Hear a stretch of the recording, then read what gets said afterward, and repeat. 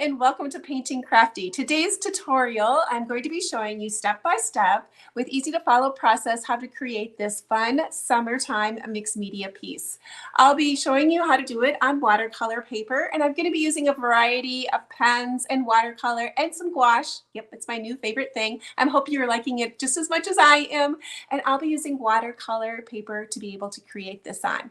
So I'm so glad you're here. You're taking an art break and you're just creating some things just for fun that might bring you joy. Let's go ahead and start the process. Before I get too far into the process, I wanted to mention I do have a Ko-fi page. This is rather like a Patreon page. This is where I host my sketchbook subscription, where those who subscribe get all of the line drawings for everything that I do on YouTube, as well as a reference photo for what I drew. I know I like having a reference photo when I'm drawing, and you might like it too. It's very reasonably priced, easy to join, so you might want to come over there and check out what I have available. Well, let's start with the drawing part. There's not a lot of drawing this time around. Let's make my picture. There we go. There's not a lot of drawing this time around. The most drawing is just creating the little shape at the top here for the watermelon, and then the hand lettering. I always say hand lettering like this is very much like a drawing skill. The more you practice it, the better you get. So I don't consider myself a great letterer, but I do like to practice it. I usually keep a little notebook next to where I watch TV, and I like just practicing maybe seasonal words, what you might have for sayings. And the more you practice that, the better muscle memory. I'm trying to say that fast 2 times in a row. You're going to get for creating these letters. But let's just show you a little bit of how I drew this. So this piece of paper here is a 6x6 paper. So I kind of found the middle here, and I found the middle on this point. So I just put a little tick mark right there in the middle. I also measured down here on the side. I went to about 4.5 inches down here. I wanted to make sure my arch was kind of a gradual arch and not like a rainbow where it's a big, huge arch or an upside down U. So to create that watermelon look, I want more of this, a little bit more of a gentle shape. So I just made those simple little tick marks to be able to do that. Now I'm going to be starting, you might want to come here at the top. This is going to be the underneath part of the rind of my watermelon. I'm going to be adding one more line on the top of it to create my watermelon piece. I like to do this little bit of a sketch motion. I want to make sure I'm not creating a point. It would look silly to have a pointed watermelon. But this just gives you an idea, gives my eyes something to look at. Doesn't lock my hand in right away to the shape by if I do that little sketch motion. So there, that kind of looks pretty good. Take a look at it in your phone if you need to see if the shape looks right. Sometimes I can't see things that are right in front of me. Now I'm going to go ahead and copy that shape again, and this is going to be the top part of the rind of my watermelon. And this is going to be about the extent of our drawing today. Not a lot for drawing the actual piece. Let's go ahead and put in the lettering. So I have Hello Summer on there. I'm going to be looking at my space. If you want to, you can do little arches like this of like, where could that be? I know I'm going to be having a sunshine here, so I could put my little circle in so I leave room for that. And then my hello is going to be at the top, and then summer is going to be my longest word here. So I can draw a line there. That kind of mirrors that same image of the watermelon on there. So let's go ahead and start with our hello. So our hello, now if you're old as me, you probably did some cursive writing in school, but even if you didn't, this is very much like a drawing skill. So I'm going to start up, I'm going to arch my and this direction. So I want to come up with my H and bring it back towards this direction. So I want to start here. I'm going to come up, loop it. I'm going to be drawing a little bit heavier so you can see. You're going to want to do yours in a lighter version. I'm going to come up. I'm going to scoop my H back that way, towards this way. Then I'm going to start at the bottom here. I'm going to come up with the hoop, or the hump, I guess is what I want to say. Come down and then drop below wherever my line is. So I have that little kick up right there. Now for my E, I'm not going to attach it right away. I'm just going to do a regular E off to the side, come up. I'm going to stop a little short than what my line was backwards, and I'm going to curve it around. Now I can go ahead and attach my E wherever it might land there. Now I'm going to erase this line here. I'm just going to keep it all one. So there we go, up and over. Now to do my L's, I'm going to kick up, do my loop. I'm going to drop down below a little bit of my line. These do not have to be equal. They just need to be spread out just a little bit so they connect. And then I'm going to be doing my O. So I'm going to be starting up. There's the side of my O. Now I'm going to drop down with my loop, but before I touch my loop here, I want to stop and curve it around and give it a little flag. It's kind of a cute little font, I think. Now let's go ahead and do my summer. So I want to start my summer off to this side and then wrap my words this way. So I'm going to nestle my little S up here. It looks good if you can find some area to kind of nestle your letters in and cozy them in together. So I'm going to be just doing my S. This is going to be very much an uppercase S size. Now I'm going to be coming across with a flag, but not until after I do my U. I'm going to be doing my U by just creating a U shape. I usually have a little bit of space in between these two. Now I can come back and connect my U. So I'm going to come up across and join the top of my U. So now my letters are connected. Now to do my M, I'm going to do my slanted letter, the side. I'm going to kick off the side of my M this direction. And then I'm going to come in and do my humps like that. Now you can choose to connect this. You can come up, bend it over, down, and come up. You can choose to connect it, or you don't have to. And often, sometimes it looks really great if they're not connected and the font slightly changes. So you don't have to feel like you're so perfect with your lettering. Now I'm going to come in and do my next M. So I'm going to copy what I did here. I'm going to do my backdrop this way. I'm going to kick it there, do my M shape. And then you can come down and connect them if you would like. You can drop this down, make a little hoop, and then come up and connect it. So then your letters can be connected. Now I'm going to be doing my E. I'm not going to connect it right away. I'm going to come off to my side here, do the same E like I did here. So I'm going to come up, over, and down. Now I can connect it if I want to. I can go ahead and drop that little space down here and then come up and touch the side of my E. And now they're connected. One last letter, let's do that R. So I'm going to just swoop it up here with a hoop at the part, come across a little ways, branch over, and then I'm going to be kicking it back this way. So I'm going to be dropping down this way, and I'm going to be giving it a little flag, kind of how I did with my O, but a little bit bigger one this time. So I'm going to be dropping up, do a little bit of a flag motion, and have it end there. And that's it for my lettering. Now to do the finishing off the lettering, if you want it to make more of a cursive style, you would go ahead and thicken any line that is going down. You would add at least 1 or 2 more strokes to that and thicken the letters, and then you're going to have kind of just a little bit of a cursive writing font look to it. It's easy enough to do. You just start here, look where you're going down.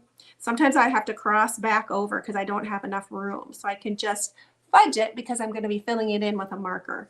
Now this one would be down, so it would come this direction and there, and it's the same way all the way throughout. Now let's work a little bit on our watermelon. This is going to be doing it in watercolor. If you're not super familiar with watercolor, it's a great medium to work in. I have lots of tutorials on my channel with watercolor, so you're going to want to check some of those out if you're not familiar with watercolor. But for my area here, now I have my pencil line is darker, so what I would do is I would go ahead and take a little bit of a kneaded eraser and I would go over my pencil marks. This is a great eraser to have in your toolbox, your art kit, to carry with you. You can see how that really lightens my lines and you're not going to be able to see them. I can do the same up here as well. So I can lighten my pencil marks and not see them. It's a great tool to have. All right, I'm going to take some clean water and I'm going to be wetting the area where I'm going to be putting the red in. So this is just clean water, or it's somewhat clean. I've been painting earlier, so my water is probably not as clean as it should be. I'm going to be wetting that area. Sometimes I have to get off to the side to see how much water I have on it. Now I'm using a 140-pound watercolor paper, the Canson brand. It's still considered a student grade watercolor paper, but it works great to create these whimsical paintings that I love to share with you. So I'm going to be starting with a little bit of watercolor. Today I'm just using the Paul Rubens watercolor. It's kind of considered a professional grade of watercolor, but I'm a firm believer, just use the watercolor that you might have. Buy just a tiny bit more expensive paper, and I mean just a tiny bit, not like 100% cotton or anything like that, but just a nice watercolor paper. Use the watercolors that you can afford and just spend the time creating and enjoying it. So I'm going to come in here now. My paper's wet. I don't have any puddles there, but I can still see a shine, and I'm going to lay this color. I'm going to come just a little lower than what I want it to be, and I'm going to be laying that color in with, I'm going to be using a little bit bigger brush here. This is a number 10 because I have a little bit bigger space to fill. And this red color really does have a lot of movement. You might notice that when I put it down on the paper, how it kind of just exploded a little bit in the color. And that's just how this red and this pigment works. They all work slightly different depending on the pigments that are inside of the color. Now there we go, we have the red done. I'm going to let that dry. Watercolor is going to dry a little bit lighter. Now if you get your red on and you're like, oh, that's too dark, there are some, you can go ahead and take a little bit of either like paper towel. I use toilet paper to create clouds, so I usually have those around somewhere, and I can go ahead and tap this a little bit and give this a little extra texture. And I kind of like this texture inside of my watermelon. It does give it a little bit different look, and it adds to the character of the inside of my watermelon. So I kind of like that look. So you can either leave it the dark color or create a little bit of texture inside as well. Now I'm going to let that area dry, and then I'm going to be using the green on the top of there. With watercolor, you do want to give your things some time to dry. If you don't, your colors will all mix together. Watercolor always wants to travel wherever the water is. So if my paper is wet here and I put wet up above it, it's going to join together, and it's probably going to create brown in this instance because the red and the green are opposite on the color wheel, and they're going to create brown. So I'm going to give this just a little bit of time to dry. This paper does dry fairly quick. It's not 100% cotton, so it will dry quickly. There, and I'm hoping it shows up on the camera how much that color did dry lighter. It's just the opposite of what acrylic paint is. Acrylic paint always dries darker, slightly darker. Watercolor always dries a little bit lighter. Let's go ahead and lay that first color of green in, and I'm going to be using this yellowish green, and I'm going to be laying my top color in. When you do watercolor, you always start with your lightest, brightest colors first, and then you layer in the darker ones. So this is my first lightest, brightest color I'm going to be using. And I'm going to be adding that color on. And I'm going to be letting that dry as well, and then be adding another layer in. Now at some point I might speed up this video during the watercolor process, so you don't have to sit through the drying or the multiple layers, but I will definitely show you the process, even though it might be a little bit sped up. If you're using a drying tool, you might find that your paper is wanting to buckle or curl. You can see how mine is doing it that way. You can always turn it over and add the heat to your back and to get it to flatten. You can also tape this down at the beginning and alleviate some of those problems with the buckling. But I definitely wanted to have my picture all the way out to the side, so I didn't tape it down. Now I'm going to go ahead and add a little bit more red to this because I want to add that next layer. So I'm going to come in. This time my paper is dry when I'm doing this, and I'm just brushing in my color, picking up my red and then brushing it in. I don't want to cover up everything I put on originally because those are going to be my highlights. With watercolor, you're basically painting the shadows. So you want to make sure you leave some of that original color on because those are going to be your brightest areas. I like to use the belly of my brush sometimes and scoot it across my paper. That will create a little bit of texture, and I kind of like that sometimes. Let's take a look here. I'm going to soften this line right here. It's a little harsh. The line was a little too straight across. So I'm just taking a little bit of clean water with a slightly damp brush and pushing that color around a little bit. Okay, let's let that dry as well. Now my top layer is fairly dry. This one is fairly dry too. I didn't add a lot of moisture this time, so I feel confident I can go into my next shade of green and add it on. So I'm going to be coming down a shade. I'm going to be using the next color down in my little palette here. and I'm going to be tapping this color on in little bands this time, because the watermelon does have those little bands of darker and lighter color. So I'm just wiggling my brush back and forth and creating those little bands of color.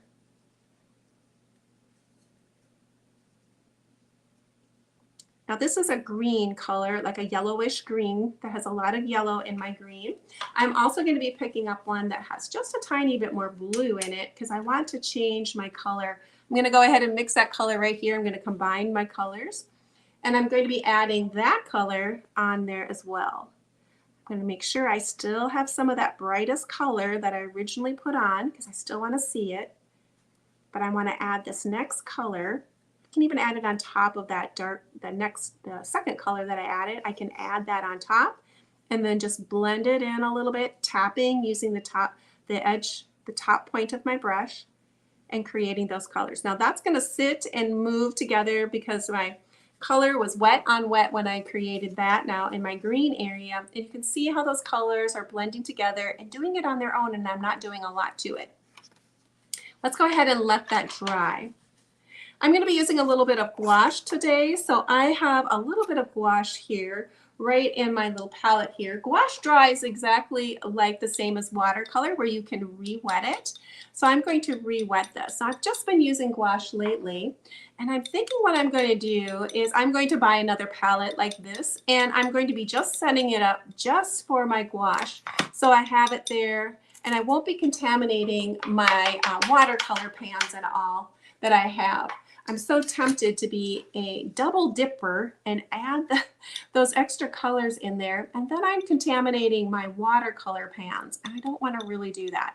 So I'm mixing a little yellow. The gouache I'm using today is not an expensive one. It's just the Master's Touch Gouache Titanium White, and I'm mixing a little bit of watercolor in there just to be able to tint my gouache. And I'm going to use this for my sun and add that on there and create this little festive looking sun. I might pick up a little bit of orange, make this color into a little bit of orangish color of gouache as well. Now you might be asking, why is she using gouache? Well, gouache is a opaque watercolor. It's still a watercolor. It's going to be opaque. It's not going to be like how I can see my different layers there. I'm not going to have that same quality as I do with my watercolor. Now you could possibly use acrylic paint, but your acrylic paint is going to have a different texture. It's going to dry shinier, where your gouache is opaque and it is flat, very much the same sheen as your watercolor. It's great because you can go ahead and you can add an opaque layer also over top of your watercolor. With the watercolor, you could add white on or lighter colors on top, but you would be needing to use gouache. You couldn't do it with watercolor. Once your dark goes over top, you can't change the watercolor, but you can change it with some gouache. So it's a great little, I'm enjoying using it and practicing with it, and I'm looking forward to bringing you more ideas of how you can use gouache in your paintings. Let's go ahead and start some of the other mixed media things. I needed to make a decision of what I wanted to add, and I'm looking for my colored pencils here, what I wanted to add the little stems with. I'm going to be using colored pencils this time, and I almost had a near disaster of dumping my whole drawing box upside down. That would be so mean to drop it upside down. I'm going to be using colored pencils this time. Now, colored pencils do have a little bit of wax inside of them. They will be more of a stable type of item to use. They're not going to really move around when I put water on them. The other item that I used on this one is I used marker, but it's a water-based marker. So if I did hit it with water, it is going to move around. I'm going to try using watercolor or colored pencils this time to create this look. So I'm going to come in and I'm going to make some flowers for my stem. And I just want to follow the shape of my watermelon.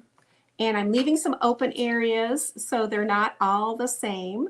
And I'm going to be using a couple different shades of colored pencils to create the stem. I want variation in heights as well too.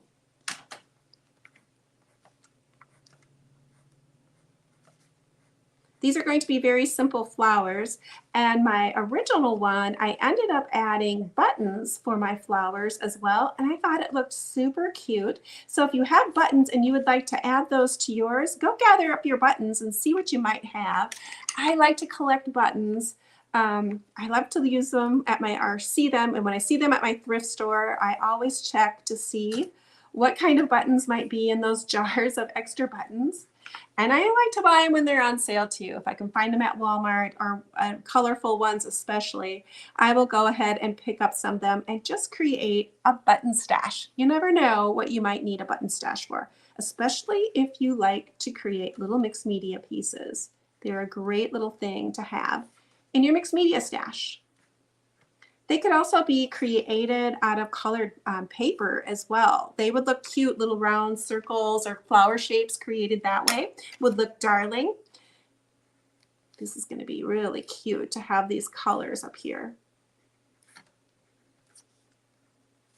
Okay, so those are just a little bit of the stems, and I will be adding the color with my watercolor. I'm going to do that after I get my lettering done here. So I'm going to go ahead and use my Micron pen. This is a permanent pen, and I'm going to go ahead and trace over my letters and create the font and darken my letters up that way. This would look also great in a color if you wanted to use a colored marker, but I chose to use black because this is what I used to create the seeds for my watermelon.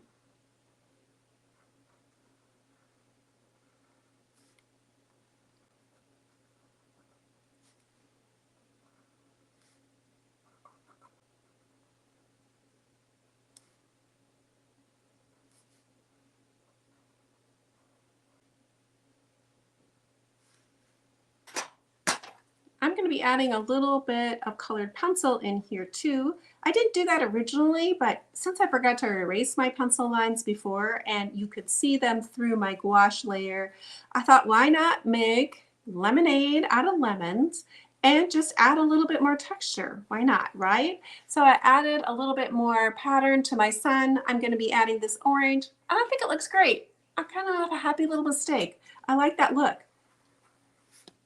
Well, let's go ahead and continue on with the flowers. I'm going to be just picking some random colors that I might have inside of my little palette set that I already have mixed up over here.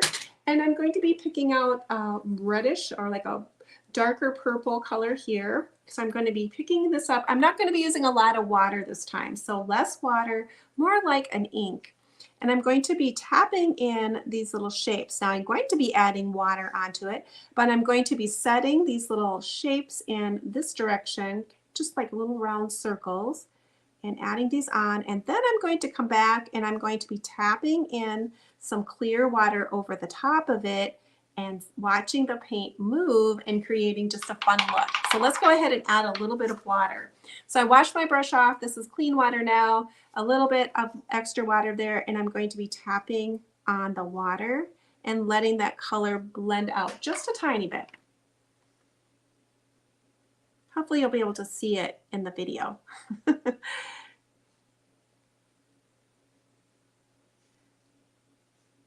By doing it this way, I'm just going to have a nice variation of color on my little dots. So they're not going to be a solid little dot, and they're not going to be super washed out either. So I wanted that color to be kind of strong color.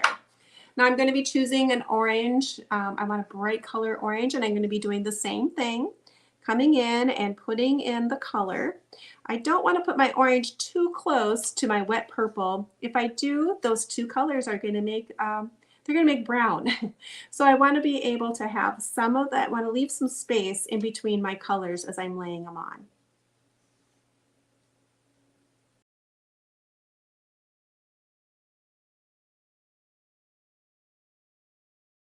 Okay, I'm going to let my flowers dry, and let's work a little bit more on the seeds on the inside of my watermelon piece.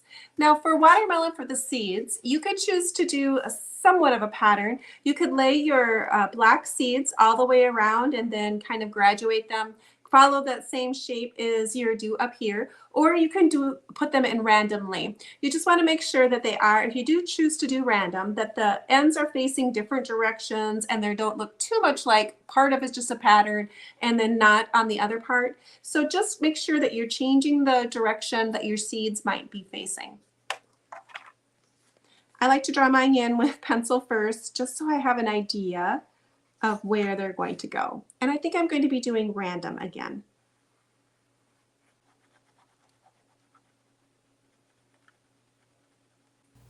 I wanted to be able to add the little white swirls into my watermelon. I have no idea what they are, but they do look great on the watermelon pattern. So I used the Uniball pen for this. The white ink works perfectly for adding the white on top of these drawings. It's a great pen to also include in your box of art materials. I also added a little bit of highlight on the seeds just to give it a little bit more interest. At this stage, I decided I wanted to add a little bit of glitter splatter. So I used some of the red that I used on my watermelon and put that down there. And then I sprinkled on a little bit of water, clear water, and then sprinkled in a little bit of orange. I went back in with just a little bit of paper towel and dabbed some of the spots over the lettering so it wasn't too strong. But I like the end look at the end. Glitter pen time. Now I'm going to be using some glitter pens to add just a little bit of detail on my flowers, just doing some simple little squiggles. And I also thought I'd go ahead and add some on to the sun. Just add a little bit more texture. Gotta have a little bit of glitter on your sun. And here's the final look of this fun little mixed media art piece. Super fun, great for the summer. I did create this piece here on a video I just posted of how to create this frame. It's an interchangeable frame, so it's made with the Dollar Tree items, the wood items, and then you can just easily slide things in and out, so it makes it very interchangeable to be able to display your pictures on there. The size I made for this was like a 5.5 by 5.5. So if you want to be able to create something like this to display your artwork in, your little pictures, go ahead and check that video out. The link is inside of the comments. It's super fun to create and easy, and it works really great for interchanging out your pictures. Well, let's go ahead and change this camera around. Thanks so much for joining me today and taking an art break and just creating something just for yourself, just because it brings you joy. Remember, you can always go over to my Facebook. There'll be a post of this watermelon drawing there. And if you would like to share yours, go ahead and post it underneath there. I always love sharing everyone's work because it doesn't have to look like mine to be great or good. It can look totally different. We all have different ideas, and I love to share yours because you encourage others to try. Thanks so much for joining me. If you're new here and you would find value for subscribing to my channel, go ahead and do that. Give me a thumbs up. YouTube loves a thumbs up. And if you want to drop something in the comments, I'd love to know if you do one yourself. Thanks so much for joining me, and hopefully you'll come back and join me again.